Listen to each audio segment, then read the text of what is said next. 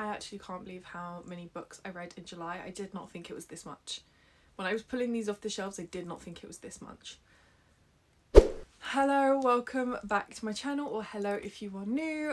Today is, well, it's time for a July reading wrap up. You know, we are in the beginning of August, so it's time for that reading wrap up. I will not lie. When I was looking through my Goodreads to see how many books I read and what I rated them, I didn't think I read this much. I thought this month was going to be a pretty disappointing reading month. I read 14 books. I don't know how that happened. I don't know how I didn't realise that I'd read 14 books, which is really good because my average tends to be about 12 books, 10 to 12. And I thought, I don't know where I thought this was going to be like 8. I just, yeah, I don't know what happened. I ended up reading a lot more than I thought. And we've got a good mix of disappointing and good reads. This month was a bit all over the place, to be honest, with reading. I had a few DNFs. I didn't know what I wanted to pick up next. I didn't finish my TBR. So if you saw my last July TBR, what would that be called? Like, pick my July TBR or whatever I titled it. But I ended up picking up 6 books. So 3 books that I picked up that I wanted to prioritize, and then 3 books from my cup that was completely random. I ended up reading 3 books, and there were 3 books that I didn't read. I DNF'd both Gifted and Talented and Immortal by Su Lin Tan, but Immortal wasn't my TBR. It was just a book I was reading, but it was taking me forever to get through. I just didn't ever want to pick it up. Not that it wasn't good. It was good when I was reading it, but just for some reason I didn't want to pick it up. But Gifted and Talented, I did end up DNFing. I knew it was going to happen. I feel like I need to be in a very specific mood for Olivia Blake's writing. Her writing is very long. Like, there is a lot in those books, and it does take a little while to read, and I just wasn't in the mood for a book that I knew was gonna, like, I had to concentrate fully and that was gonna be a lot. So I ended up DNFing, which is fine, but I do plan on picking it up. I did put that book back in my cup to pick out on a future date. But I'll just need to wait until I'm in the mood for an Olivia Blake book, to be quite honest. I think it's because the last book of hers I DNF'd, which was the 3rd book in the Atlas 6 trilogy. But that's neither here nor there. I didn't pick up Strange the Dreamer either. That is another book I just need to be in the mood for, to be quite honest. It's very... Do you know what? I have no reason as to why I didn't pick that up. I just didn't. And then the other one was Smoke of City and Brimstone. No, A City of Smoke and Brimstone. But that's just because it's not available yet. So when it is, I will pick that up. But, you know, I would have picked it up if I had it. Anyway, let's get into my July reading wrap up. This is going to tip. So I'm going to do it in most recent to beginning of the month, because to pick up books that I most recently read is at the bottom of this pile, and this will tip. So the most recent book I read was All Your Bloody Lies by M.L. Burns. This was a really fun read, and I think that's really what I needed. I just wanted something that I could switch my brain off, that was predominantly romance, and, you know, the plot was a good side kick to the romance. This is a really good romance slow burn. It is not the best written romantasy. If you're reading this, don't expect it to be written really well. Like, it is predominantly just for a smutty romantic time, and it is a dark romantasy, so do read trigger warnings. But I really enjoyed it. I flew through it. I think I ended up finishing it in like a day, and it was just what I needed. I needed something to, like a palate cleanser, if you will.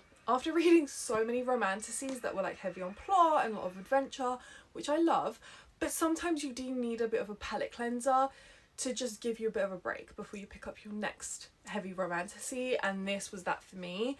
I can't wait. I will be picking up the 2nd book in the duology, which I think is coming out in September, so it's really not that far away. This was a good time, and I ended up picking up for like £10, so that was really cheap. I ended up rating this a 3-star again, because it's not the best written book. There are gaps, I do have issues with the pacing, but I wasn't reading it for that. I was reading it for a fun well, it's dark romantasy, so maybe I shouldn't say that, but I was just reading it for a smutty romantic good time. And I ended up having that. So, but the 3 stars, obviously, because I have changed my rating system. I'm not just going off vibes anymore. And, you know, this didn't really give me a 5-star feeling. It didn't give me a 4-star feeling. But I did appreciate the palette cleanser that it gave me. The next 2 books was A Song of Shadow and Starlight, and the second book, which is A Ballad of Beasts and Brothers. I rate this 2.5. I rated A Ballad of Beasts and Brothers 3 stars. That's just because, again, I had issues with the writing for this. This was not supposed to be a smutty good time. I was reading for a romantasy that's supposed to have good plot, good world building, good pacing, and it didn't have that. I found the world building lacking. The magic system wasn't properly explained. It was like we were supposed to know and not being fed that information. Even if it was incrementally along with the character, we didn't really get that. And everything felt a bit fast paced. And I don't know if this is a trilogy or if it's longer. I think it's actually longer, because I think the 3rd book is coming out in the next month or two, and then I think the 4th book's title is out. Anyway, I just had a lot of issues with the way this was written. The premise of this was good. I liked where this could have gone. It just wasn't delivered in a way that was enchanting or captivating, or I just felt myself being pulled away a lot. There were good chapters, and then there were just chapters that just made me realize I was reading and pulled me away from the story, and it was very hard to imagine. The second book was better, which is why it's a 3-star, but it still wasn't the best. I still think there were pieces missing that kind of would have fed into the story and would have given us a closer look at the characters and their relationship and made us more like aware of, you know, where they were going and what was in their heads and what they were thinking about other characters and how they were dealing with the change in their world. And yeah, I just found there was too many gaps, and it was just taking me away from the story way too much. But I did kind of enjoy it, which was weird, because I was surprised I ended up wanting to pick up the second book. Will I pick up the 3rd book? I feel like I'm going to forget. I feel like I'm going to forget the 3rd book is coming out. I think I'm going to end up forgetting all about this book. So maybe not, but if I do remember, then I will read it. But I'm not buying the physical copies. I will read it on the old Kindle that I have. Just because I'm trying to save, like, not just buy books just for the sake of buying books. We'll leave it there. The next book I've read was A Dance of Lies by Brittney Areana. If you've seen my reading vlog, Summer Solstice reading vlog, you would have seen how much this book just did it for me. I think this was why I needed a palette cleanser as well, because it was just so good that I was worried I was on the brink of a reading slump, because I didn't think any book I read after this would match what this book did for me. It was so well written, it was so immersive, the character just had so much depth.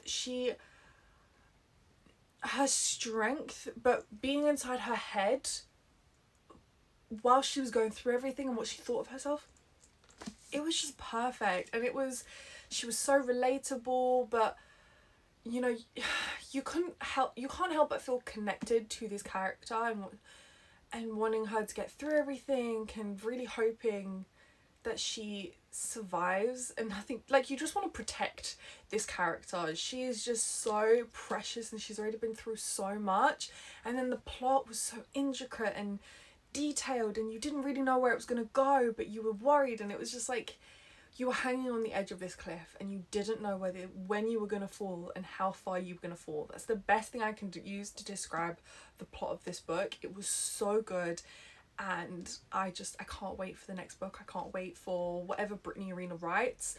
I've definitely added her to my author by author because of the way she writes. It's so captivating and enchanting, and yeah, I'm so excited for the next book, but also terrified for the next book.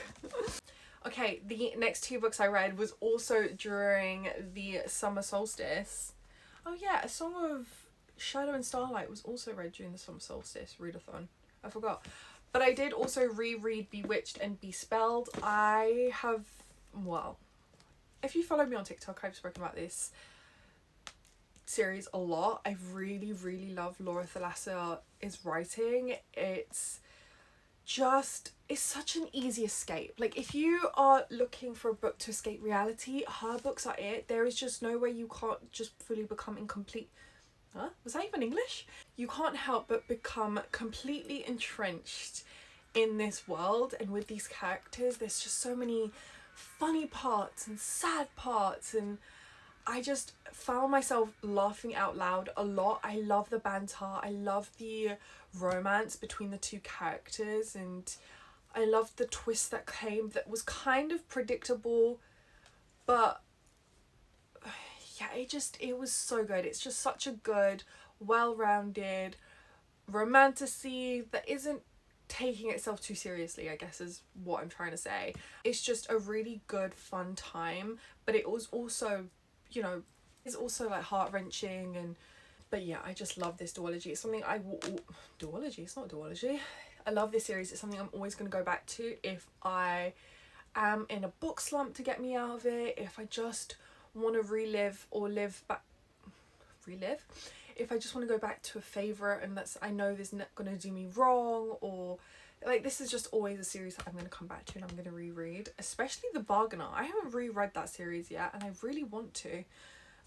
I just have so many books on my TBR. I don't know how I'm ever going to reread books just for the sake of rereading books and not because the next book is out. Anyway, after that I read Shield of Sparrows by Devney Perry. This was such a surprise because I've heard such a mixed reviews of this book. It actually made me kind of terrified to go in, because at first I was hearing raving reviews, the best romantasy, is going to change your life, it's going to be your top read of the year. And then I read, because it came out in the US first and then it came out in the UK, physical copies, like a few months later. So I was waiting quite a while for my physical copy to come. So when it got released in the US, I started hearing quite mixed reviews. And it kind of scared me because I was really looking forward to this release. I really did think it was going to be a 5-star and that it was going to be everything everyone was saying. And then you hear mixed reviews and it makes you quite reluctant, because you don't want that hopeful that you're really looking forward to end up being disappointing. And when you are looking forward to a book and it ends up being disappointing, sometimes it can put you in a book slump, sometimes it can really like not make you want to pick up any new releases for a while, at least for me. But this was what it was meant to be. This is what I was promised. I loved it so freaking much. I ended up rating it a 4-star, not quite a 5-star. I did have a couple issues with the pacing and, you know, the plot twist didn't hit that hard, but it was so, I think, do you know what, actually I think it's going to be like a 4.5. Scrap the 4-star, it's a 4.5. It's so close to a 5-star. I don't do the 4.75 because I just think that just gets too much for me, but it's a solid 4.5 star. I just had a little bit of an issue with the pacing. I did want it to kind of, I did want the plot to kind of come in the forefront, but it is the first book in the series and I don't think it was right for me to expect that, but it just felt like I needed to expect that. I don't know, can't really explain it, but it was so good. I loved the plot, I loved the characters, I loved the plot twist that I kind of saw coming, but also was kind of surprising at the same time. I don't know how they did that, but it was so good and it's exactly what I wanted it to be, and I'm so excited for the future books in this series. I think it's going to be even better, which just makes me so excited. I can't wait. I think 2026 is going to be a good year of releases, especially if book 2 is coming out in 26. That is my hope. I'm crossing my fingers because like I can't wait any longer than that.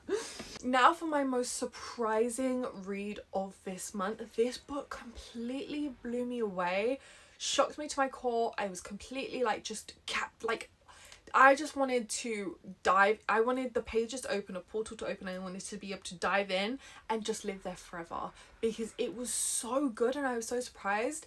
This is Terror at the Gates by Scarlett St Clair. I have read other books by Scarlett St Clair. It's King of Battle and Blood and then the second book.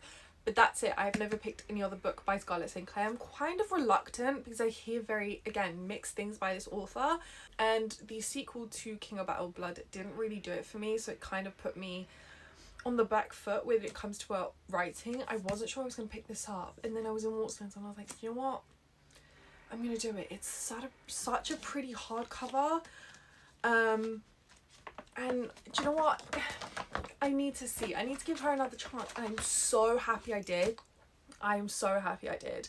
This book was, it was just everything. I couldn't tear myself, when I tell you I couldn't tear myself away, I actually couldn't tear myself away, and I didn't even realise I'd gotten to the end of the book until I got to the end of the book. That's how entrenched I was into this book. It was just perfect. It was such a good gothic urban fantasy, and the FMC was so independent and strong and sarcastic, and I just loved living in her brain and seeing her look at her world and just deciding that, no, you're not going to put me in a box. Only I get to put me in a box. So I'm going to do everything I can to rebel against your laws and what you're telling me I should be. And I fucking loved that so much. It was just amazing. And I'm not one for like a religion book. I always end up DNFing them when it's too religious and they try, I don't know. This wasn't that. I loved that she pushed back. I love that she said, I am myself, and if you don't like who I am, then that's your problem, not mine. But also still feeling kind of guilty in the back, feeling like she's disappointing her parents, well, her dad, but not giving up on who she is and not trying to hide who she is. I loved it so much. It was so good, and the romance was so good. I loved the will they, won't they kind of aspect of this. It was just like, are they going to be a couple? Are they not? Like, I don't know what's going on here, but I'm living for it. I could rave about this book forever. It was a 5-star. I'm so excited. I already want to reread this. I'm holding this and I'm like, don't open it because you're just going to reread the whole book again. That's what this book is. But I'm going to stop talking about it because I can just go on and on and on. It was a 5-star. It was amazing. It's not the star of the month, but it's like a tied star of the month. It was so good, and I still can't stop thinking about it. I read it a few weeks ago now, like 2 weeks ago, and I still can't stop thinking about it, and I don't know how I'm supposed to survive until book 2 comes out, because I'm just gritting my teeth for book 2. I'm counting down the days, and we don't even have a release date. That's where I am with this book. Okay.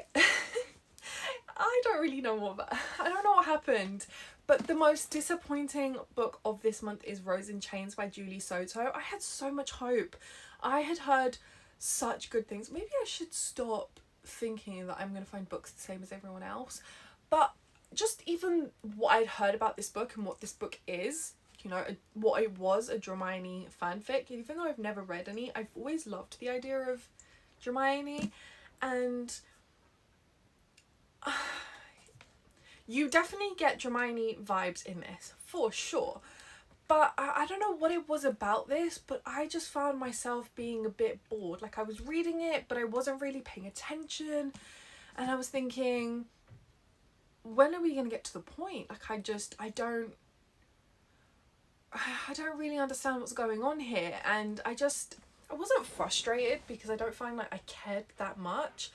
But it was just a bit like, oh, all right, hurry up, let's get somewhere, because I don't really understand why everything's happening. Well, I kind of do, but I'm also like, I don't know. I can't fully articulate what my problem was with this book, but I did have a problem with it, and it just didn't hit for me. And I feel sad because I did think I was gonna love this book, and I didn't, unfortunately. I did end up rating this a 3-star.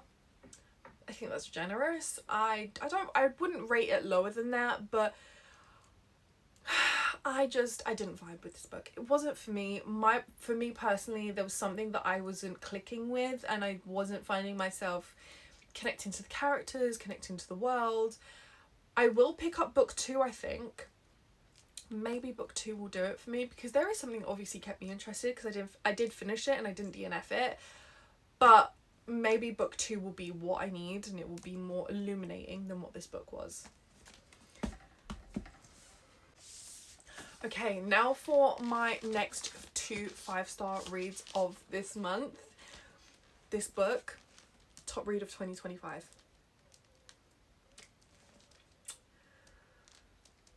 I have no words for what this duology is. This duology is absolutely everything.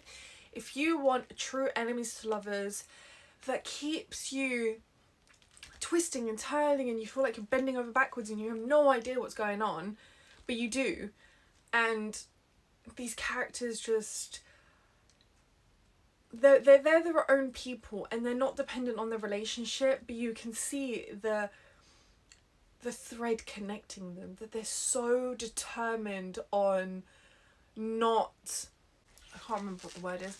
I love these characters with every fibre of my body. They are my babies. I just want to protect them, and I think this will go out before my Read My July TBR with me, but spoiler warning, I sobbed my heart out. I sobbed my actual heart out because Sarah Hashem knows how to break us. Hi, Future Laurie here. I'm currently editing this video, and I just want to say I lost all the footage of the Read My July TBR with me, so you won't be seeing that video. Just know I'm kind of glad about it, because the ugly crying, no one wants to see that. But I'm sorry that you don't get to see that.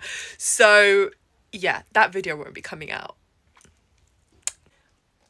In a way that I was not prepared for. I was completely shocked, completely devastated, but it was just perfect. No words I can say can do this justice. This is something you need to experience for yourself, because this was just... Can I live here? Can I stay with them? I can't believe it's over. You're telling me I have no books to look forward to anymore? Like, I just can't believe it. It's over. It feels like the best chapter of my reading life is over. The Jasad Heir was like one of my top reads of 2023. And from 2023 to 2025, it was a book that I thought of every single day. It was a book that I constantly want to reread. And you best believe I'm going to be rereading that duology, and if I cry again, I'm going to cry again, for sure. That book completely broke me in a way that no other book has ever done, but it was the best. Clearly, I have issues. I want to reread a book that completely broke my heart and had me staring at a wall for an hour, but that is the life of a reader, and there you go. We make no sense. Anyway, I read Throne of Secrets by Kerri Maniscalco in July. This was the first time I'd picked up her spin-off since I finished the Kingdom of Wrath, was it called? Trilogy. The third book was a bit disappointing to me, so I wanted to have a break with Kerri Maniscalco's writing in this world. I heard Throne of the Fallen wasn't that good. This was good. It was so good that I read it in one sitting. It was so good I forgot to give updates in my July read my TBR with me. It was so good I forgot reality existed, and I neglected everything I was meant to do that day. I was just completely surprised. Like, I love Kerri Maniscalco's writing, and I'm so happy that this book was reminiscent of the time that I read A Kingdom of Wrath and Flame. Nope. The Kingdom of Wrath. Oh my god, what? A Kingdom of Wrath? Something like that. And Stalking Jack the Ripper. I loved those two books, and I'm just so happy that this is now, like, yeah. Anyway, I rated this 4 stars. It wasn't quite a 5-star, but it was really good, and I really enjoyed myself, and I will be picking up the next book, Throne of Nightmares. I'm really excited for that one, because I did look on her grid, because sometimes when I follow people it doesn't come up on my my main feed, and when I saw that book was coming out and I saw what it was about, it sounds so interesting, and I think I'm gonna love it as much as I do Throne of Secrets. And yeah, it was just, I love the way she writes these princes, and they have, you think they're so shallow, and then you live in their mind and you see that they have so much going on, and they have to put up a front. And yeah, I really enjoyed it. I also really enjoyed us being able to see Emilia again. I loved that. Loved being able to see Emilia and Wrath again. Last 2 books I read in the beginning of July was Fate Calls the Elf Queen and Night Meets the Elf Queen. Fate Calls the Elf Queen, I rated a 5-star. Night Meets the Elf Queen, I rated a 4.5 star. I love this series. Yeah, if you just want a really good romantasy series, I would recommend Bow Before the Elf Queen, because it's so good, and I really love the romance in here. And the twist that it takes in the middle of the series, you just don't expect. Like, you really thought that everything was set and you knew what was kind of going on, and then everything just goes left field and you're just like, what just happened? But you're also living for it. Loved it so much. I'm so sad that series is over, but I'm also happy that the series is wrapped up and we know what happened, and I don't have to live with another plot twist, because I swear to God, if I have to live with another plot twist, I mean, I'm gonna have to live with another plot twist, to be quite honest, but it's so hard waiting for the next book. You just want to know. You just want to know.